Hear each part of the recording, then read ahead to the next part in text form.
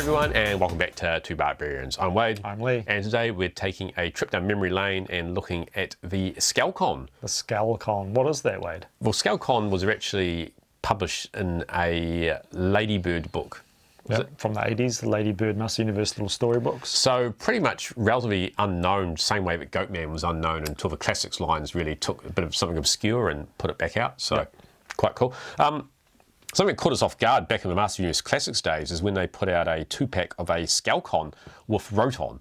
That came right at the end of the line, Would not expect this vehicle, this very iconic Master Universe vehicle, to come with a very, very obscure character like a Skelcon. Now, Skelcons are like little minions of Skeletor. Yeah. So there was a whole bunch of them, just minions doing minion work. Yeah.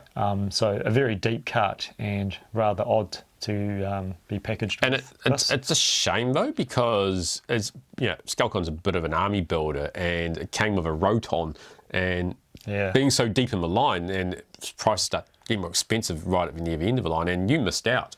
I did, because I didn't really feel I needed the space or needed another gigantic Classics vehicle, even though I would have quite liked a Skelcon. In fact, I would be happy to have 2 Skelcons, but not 2 Skelcons and 2 Rotons. No, That's a bit agreed. Too much. Agreed. I remember aftermarket, this figure was worth quite a bit of money, right? Right.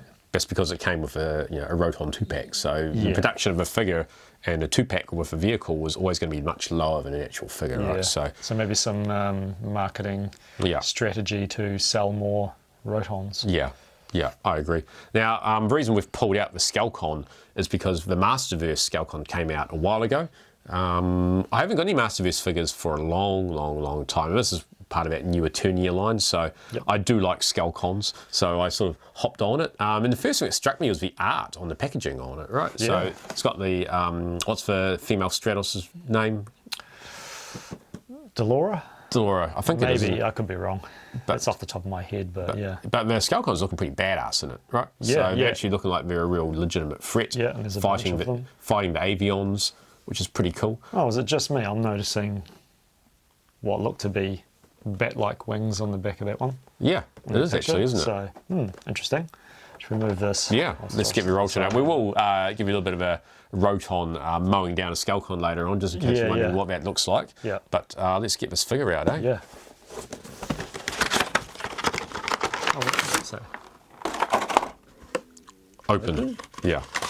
Basically, what happened here with the Masterverse figures is that, people are throwing them out because wondering where the accessories are in here, and they come in like quite cool. Looks like a bit of a KFC bag. Yeah, I was about to say that. It's like a fast food takeaway, which is quite cool. I got a burger in some of that.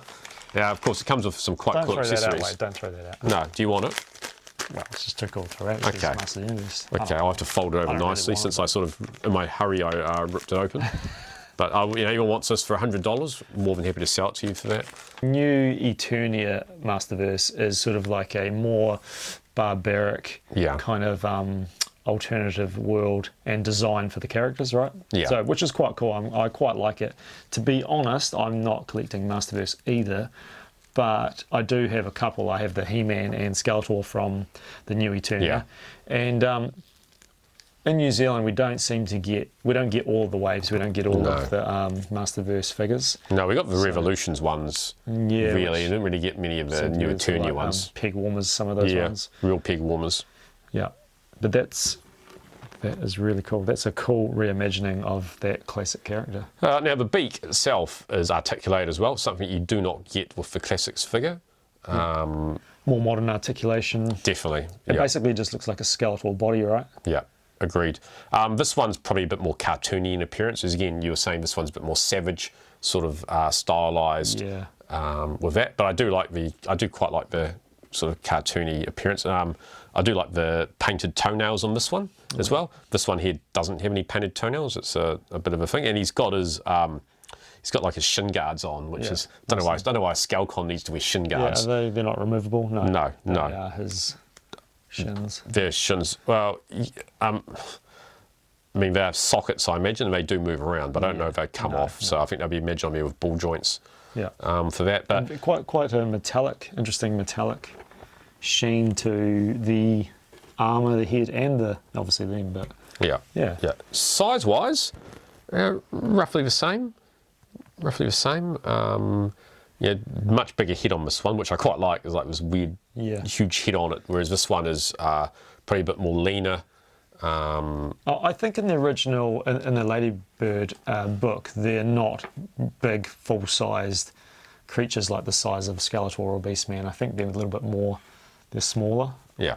So that's why he has lots of them. But yeah, and when you look at the belt, for example, he's got the little horn skull there. That one's got a more bigger horn skull on it. Yeah. And it's almost got like jitsu styling, sort of samurai style. His looks a bit more fur. I don't know if it's fur or feathers or... Yeah, I think it's feathers, isn't it? Is it? Yeah, feathers. Feathers. But it's got a quite a swinging little sheath there for his dagger. Oh, well, I do like a sheath, so... Yeah. His dagger, interestingly, looks almost like an obsidian blade. It does, doesn't it? It's been a napped blade. Which is interesting because this dagger here is more, it's just a blade which has been taped onto a bit of bone, right? Yeah, so, right. Which looks a lot different, yeah. A bit more DIY. Very cool. Very similar. Again, that's actually bone here, whereas that one is metal. So it's almost a sort of, they've done a reverse stylings of each of the weapons with it. Yeah. But again, shield. Looks like it's probably a reuse of stinkors or sort of that generic shield that, like, I imagine Eternian I'm sure it's been soldiers would wear. I quite like that. I guess it's an axe, but it's kind of like a repurposed jawbone. Yeah.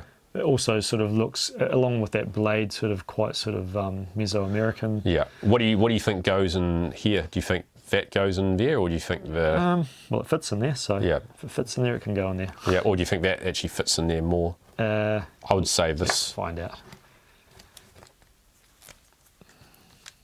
I think it's kind of... Yeah, that probably looks like it's probably going to go in there more, So you're going to display them like this? Yeah.